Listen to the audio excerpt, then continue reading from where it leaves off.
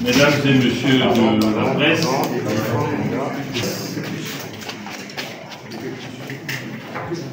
mesdames et messieurs les membres du comité directeur, monsieur le président de la commission d'organisation, mesdames et messieurs,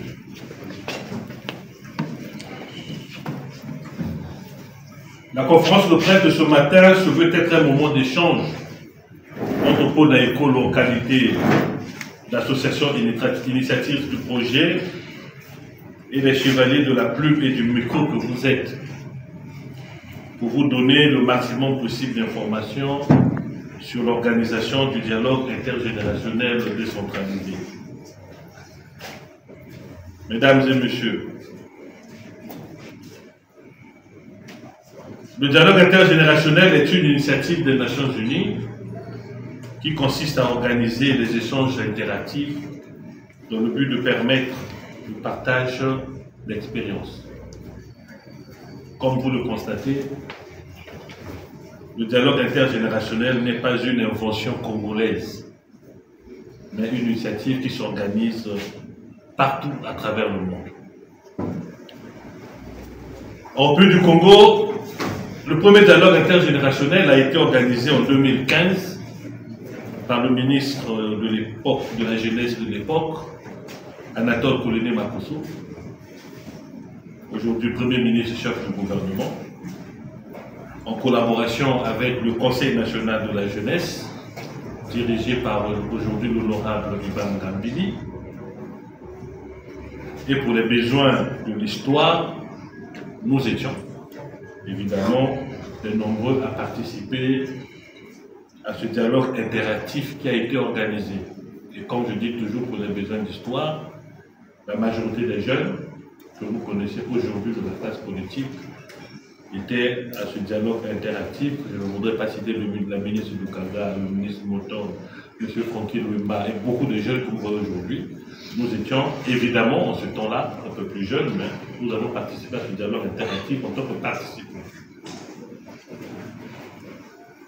Le dialogue intergénérationnel dit décentralisé de 2024 est une initiative de Ponaïko Loussam Nabouala qui poursuit l'objectif de créer un cadre interactif entre tous les acteurs de l'écosystème entrepreneurial en République du Congo et trois catégories de jeunes.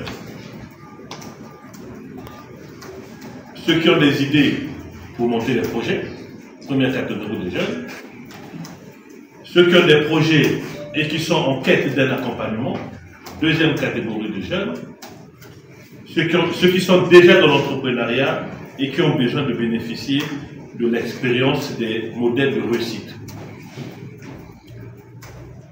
Mais au-delà du dialogue interactif, il s'agit pour nous de contribuer à l'effort national sur l'année de la jeunesse, en y incluant dans la réflexion non seulement la société civile, des mentors, des personnes ressources, mais aussi d'associer des entreprises privées dans les financements des jeunes dans le cadre de la responsabilité sociétale des entreprises.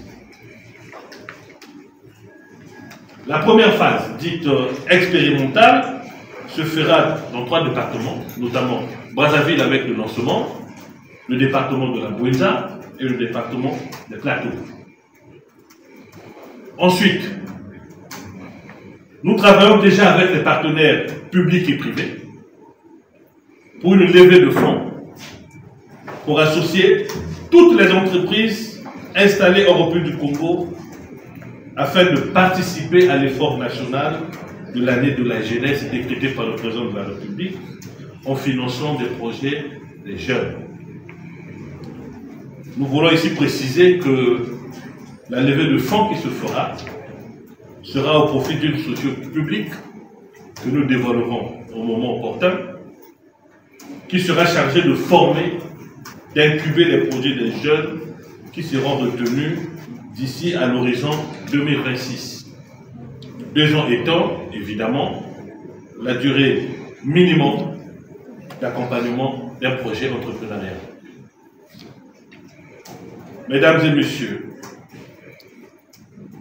Le thème de ce dialogue intergénérationnel décentralisé est l'écosystème national face à l'implémentation des projets et initiatives en ce qui concerne l'emploi, l'auto-emploi et l'insertion. Le dialogue intergénérationnel décentralisé aura lieu du 8 au 9 juin 2024.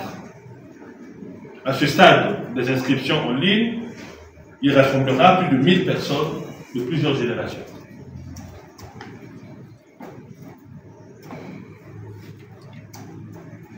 Après Brazzaville, le département de la Bondja et des Plateaux, qui se trouve être la phase expérimentale, le dialogue intergénérationnel sera organisé dans les 12 départements de notre pays. La stratégie ici sera de généraliser le business model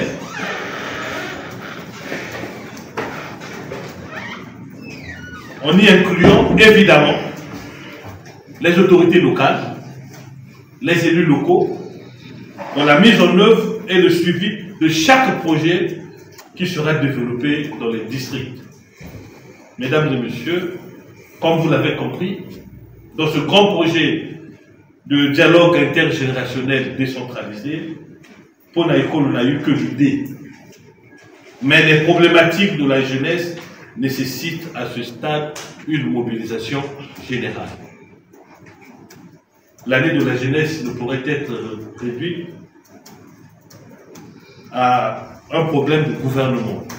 Il est impératif que la société civile, les entreprises privées, les personnalités, les managers, les coachs, les mentors, que tout le monde se mobilise pour que cette année de la jeunesse soit une réussite. Que chacun, où qu'il soit,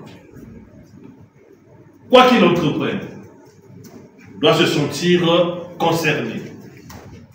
Si chacun de nous, et autour de nous, dans nos villages, son arrondissement, son quartier, peut s'associer à nous pour la réussite de cette initiative, comme ces nombreux partenaires qui se mobilisent déjà par souci d'encadrement des jeunes, nous allons réussir ce beau challenge d'accompagnement des jeunes. Nous avons dans ce pays un écosystème entrepreneurial, fruit de la volonté politique du président de la République qui existe, des acteurs locaux qui sont disponibles et qui ne demandent qu'à servir. Mettons-nous ensemble pour avancer car des solutions sont à notre portée. Mesdames et messieurs, je vous remercie.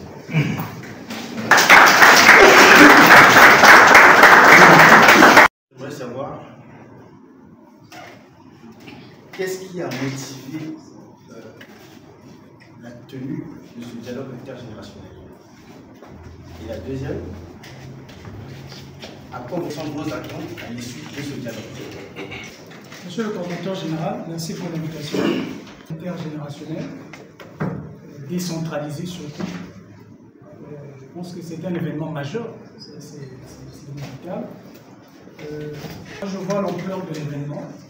Certainement, ça va nécessiter beaucoup de la logistique et de financement. Je voulais savoir si Ponaïko a tous les moyens, en attendant que les partenaires vous accompagnent. Si on a déjà, nous voulons bien savoir lesquels vont vous accompagner dans ce projet. Est-ce que vous avez les moyens suffisants d'un tel événement? Est-ce que c'est juste pour l'école ou bien vous avez d'autres partenaires qui vont vous accompagner? Motivation pour vous de créer ce cadre, certainement une façon d'accompagner le gouvernement. Et il y a un constat. Les journalistes, on est obligé de s'envoyer. Après 4 mois justement de cette année de la jeunesse, apparemment rien se fait sur le terrain. Est-ce que c'est une façon pour Ponaïko de venir à la ressource du gouvernement qui, on va dire, avec cette année, décrétée en faveur de la jeunesse, ne présente pas encore d'être destiné à une structure publique qui se chargera sur l'accompagnement du coaching et de la finalisation ou de la matérialisation de projets.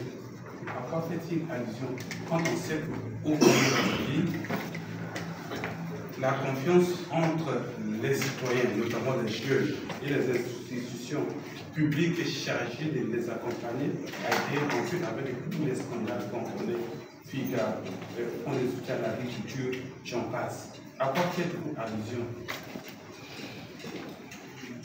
Pourquoi une levée de fonds?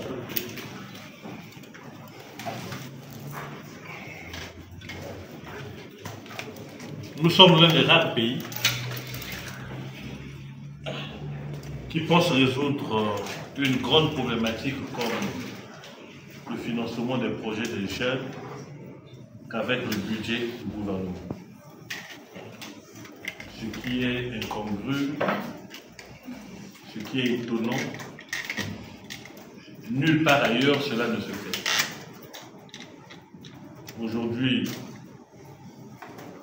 dans les pays plus développés que nous, il y a ce qu'on appelle aujourd'hui par exemple le crowdfunding, je crois, qui consiste à faire des appels de fonds où même des individus peuvent financer des projets, des start-up comme on dit. Lorsque le président de la République a lancé l'idée de l'année de la jeunesse et que le gouvernement par la suite, pour formaliser, a dit qu'il fallait créer 10 000 emplois dans le secteur public et 100 000 emplois, 90 000 emplois dans le secteur privé et ensuite dans le financement du projet. Je pense que la compréhension que nous devrions avoir en tant que citoyens, c'était un appel à la mobilisation générale. Mais on a parfois l'impression que la compréhension que nous avons eue, c'est que le gouvernement allait mobiliser et se mobiliser à lui seul pour régler tous les problèmes qui se posent en matière de financement des jeunes dans ce pays.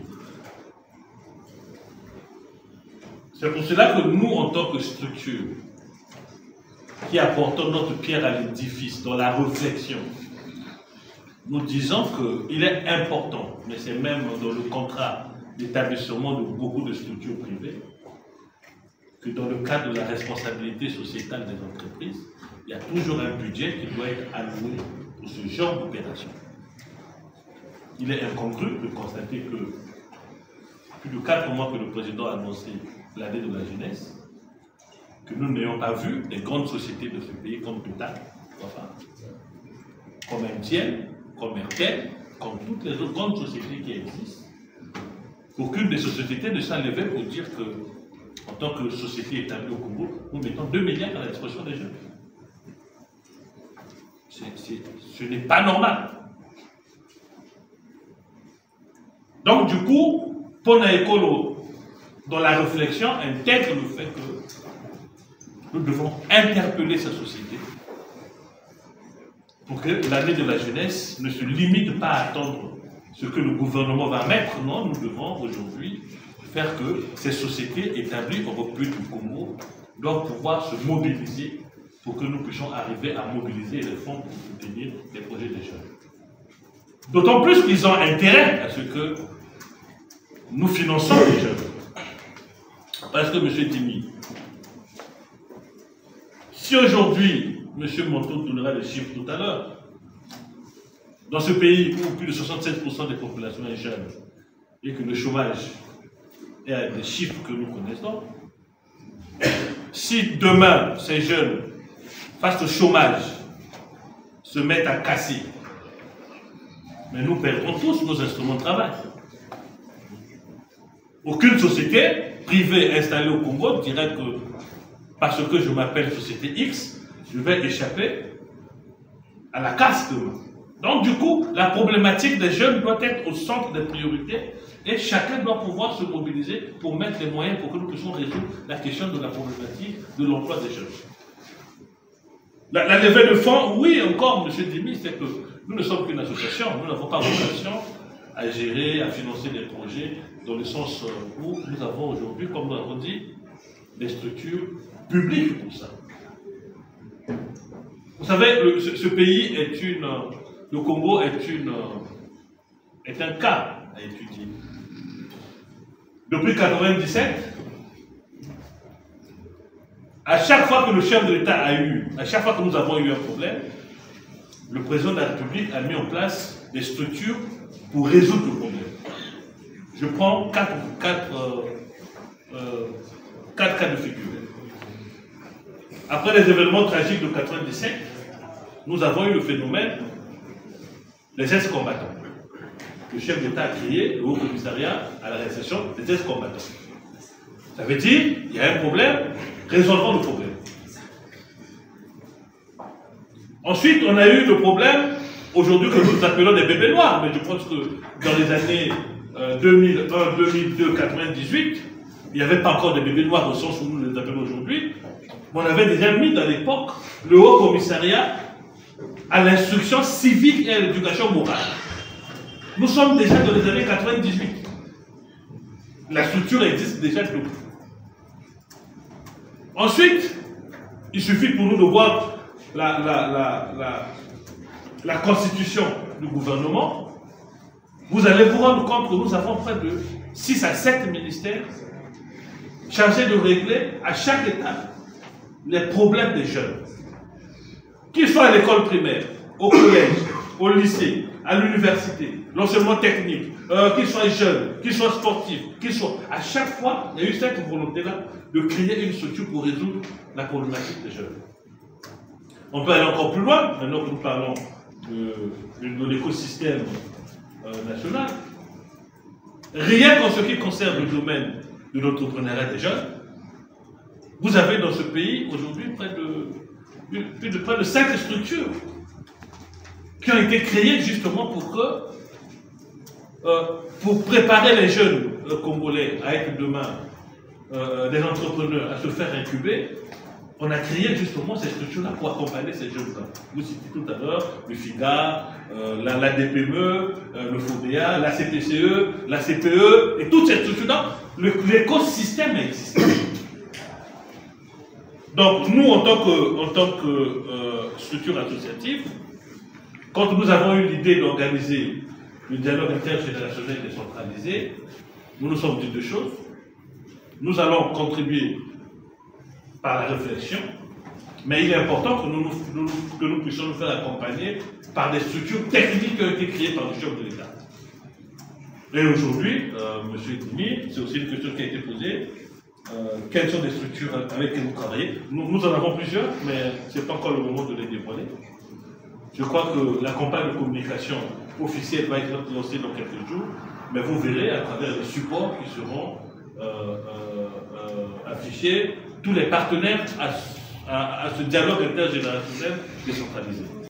L'organisation a besoin de 4 choses, monsieur. On a besoin d'une salle.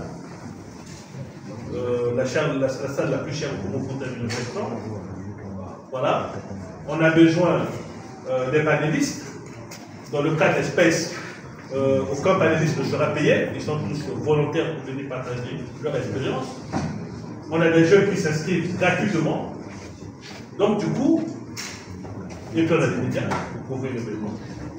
Vous comprenez qu'on n'a pas de millions, mais des dizaines de millions pour organiser une panéliste qui viennent partager leur expérience et des jeunes qui viennent parce qu'ils ont besoin de se faire accompagner. Voilà. Non, on a juste besoin de mettre en avant la volonté. Voilà. Une fois qu'on met en avant la volonté, on peut faire. Donc, dans le cas d'espèce de ce qui se passe avec le dialogue intergénérationnel décentralisé, nous avons besoin aujourd'hui des panélistes qui sont volontaires. Aucun n'a demandé à être payé, donc c'est gratuit. Ils vont venir partager l'expérience gratuitement. Nous avons aujourd'hui des jeunes qui s'inscrivent. Pour nous, à la sortie du dialogue de Brazzaville, le département de la Bouinta, du département des Plateaux, il faut que nous ayons près de 1000 à 2000 jeunes qui puissent bénéficier d'un accompagnement, soit en matière de formation, soit en matière de financement de projet, soit en matière d'incubation. C'est ça ce que le dialogue intergénérationnel décentralisé apporte le plus. Et le concept décentralisé, justement, c'est pour montrer le fait que nous ne nous arrêtons pas, comme nous faisons ici, entre nous, dans les bureaux, dans les salles climatisées à Brazzaville, où on se parle le langage intellectuel, on se connaît. Non. Les problèmes de l'ingénierie ne se passent pas seulement à Brazzaville, ou encore à Pointe-Noire. Nous allons partir dans tous les 12 départements. Et dans chaque département, nous aurons des thématiques spécifiques par rapport aux problématiques qui sont sur place. Là encore, dans le cadre de l'organisation, nous disons quelque chose de simple. Toujours dans le cadre de l'écosystème qui existe. Vous avez aujourd'hui dans tous les départements les bureaux de conseil qui existent. Comment voulez-vous que nous qui sommes à Brazzaville, nous puissions aller travailler sur des projets dans la Bouéza, sans pour autant que le conseil départemental de la Bouéza ne soit associé? Ou bien les élus locaux, qui se trouvent être les représentants du peuple au niveau le plus bas qui existe, ne soient associés à votre projet. Donc du coup, nous qui sommes Association pour l'écolo, les partenaires publics avec lesquels nous sommes en train de travailler, les entreprises qui vont nous accompagner, lorsque nous serons par exemple dans le département de la Bouéza, mais nous irons voir le bureau du conseil départemental, les autorités au niveau local, avec eux, nous allons dire qu'est-ce que nous pouvons faire ensemble au niveau du département de la Bouéza. Si nous avons 10 000 francs, quels sont les projets qu'on peut financer? Comment sélectionner les jeunes? Comment les former? C'est ça ce que nous sommes en train de mettre sur la table.